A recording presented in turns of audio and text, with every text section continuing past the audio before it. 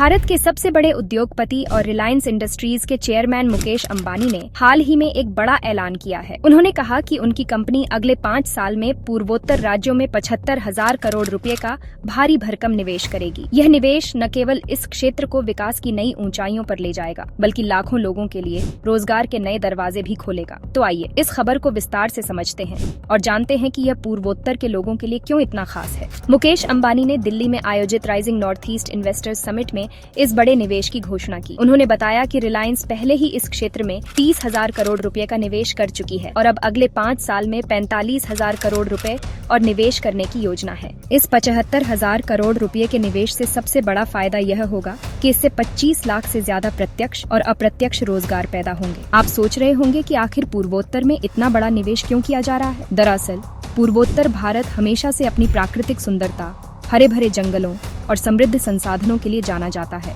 लेकिन विकास के मामले में यह क्षेत्र थोड़ा पीछे रहा है। मुकेश अंबानी ने कहा कि प्रधानमंत्री नरेंद्र मोदी के नेतृत्व में अब पूर्वोत्तर भारत के विकास का नक्शा बदल रहा है। यह क्षेत्र अब हाशिए पर नहीं, बल्कि भारत के विकास के केंद्र में चमक रहा है। पूर्वोत्तर की भौगोलिक स्थिति इसे रणनीतिक रूप से बहुत महत्वपूर्ण बनाती है। यह निवेश न केवल आर्थिक विकास को गति देगा, बल्कि भारत को वैश्विक मंच पर और मजबूत करेगा। यह निवेश केवल रिलायंस की ओर से नहीं, बल्कि भारत सरकार और निजी क्षेत्र की कंपनियों के एक बड़े विजन का हिस्सा है। भारत सरकार चाहती है कि पूर्वोत्तर दक्षिण पूर्व एशिया के लिए भारत का गेटवे बने। इसके लिए सागरमाला, भारत मध्य पूर्व यूरोप आर्थिक गलियारा और एक्ट ईस्ट नीति जैसे बड़े प्रोजेक्ट्स पर काम हो रहा है। रिलायंस का यह निवेश इन योजनाओं को और मजबूती देगा। यह दीर्घकालिक रणनीति न केवल भारत को आर्थिक रूप से, बल्कि भू राजनीतिक रूप से भी मजबूत करेगी। इससे भारत न केवल अपने नागरिकों के लिए, बल्कि वैश्विक मंच पर भी एक सकारात्मक छवि बनाएगा। पूर्वोत्तर में रिलायंस का यह निवेश सिर्फ भारत के लिए ही नहीं,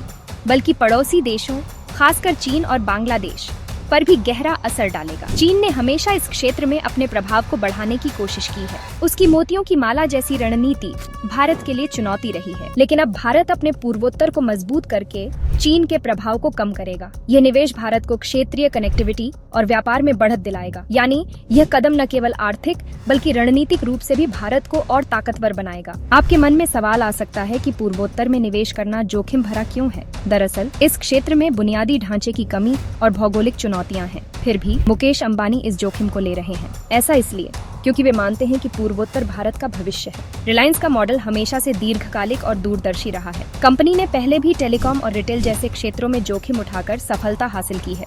इस निवेश से न केवल रिलायंस को आर्थिक लाभ होगा, बल्कि यह भारत के विकास में भी योगदान देगा।